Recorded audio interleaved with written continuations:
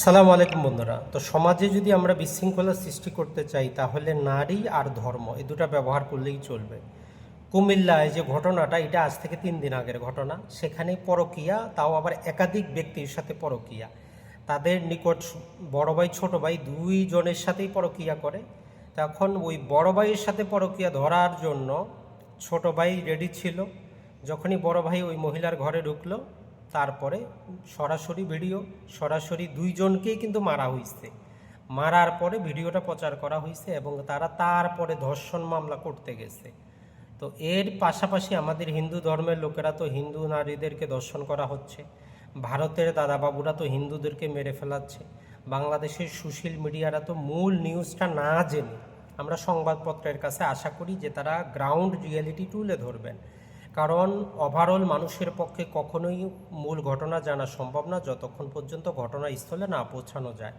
তো যেই সমস্ত নিউজ মিডিয়া বারবারই এই সমস্ত অযথা ভুয়া তথ্য নিউজ দিচ্ছে, এদেরকে সাময়িক টেম্পারারি বন্ধ করা দরকার। 1 সপ্তাহের জন্য প্রকাশ করতে পারবে না, এরকম করা দরকার। এই যে প্রথম আলো সবচেয়ে বেশি ভুয়া নিউজ দেয়, কালের কণ্ঠ ভুয়া নিউজ দেয়। এটা ছাড়া আমরা যদি বলি আরও মোটামুটি যেই তথ্যটা দেওয়া আছে, সেখানে 4-5টা নিউজ মিডিয়া দেওয়া আছে যেটা শীর্ষে ভুয়া নিউজ দেওয়ার জন্য। তো এইগুলো অবশ্যই আমাদেরকে সংগ্রাম করতে হবে এই পত্রিকাগুলোর বিরুদ্ধেও।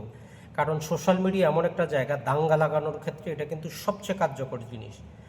আর যারা এই সমস্ত ভিডিও করবে, যেই বলদের বাচ্চারা ভিডিওটা ছড়াইছে, তারা বলতে পারতি, ভিডিওতে ক্যাপশন দিতে পারতি যে পরকীয়া ধরা খাইছে ওই জন্য মারতেছি আমরা।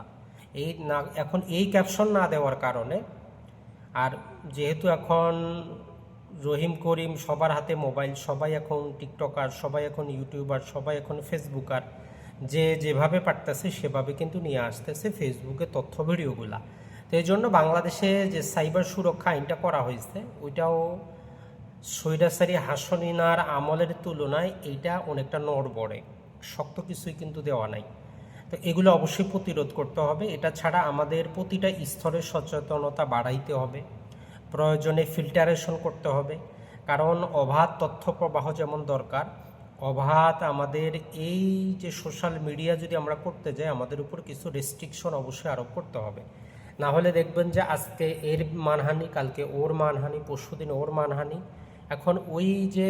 এখন মুসলিম কর্তৃক হিন্দু মহিলাকে ধর্ষণ, অথবা হিন্দু মহিলাকে দরজা ভেঙে ধর্ষণ, জিনিসটা প্রাথমিক অবস্থায় শুনলে যে কোনো সাধারণ মানুষের মনে হবে দেশে আইন শৃঙ্খলা আছে না।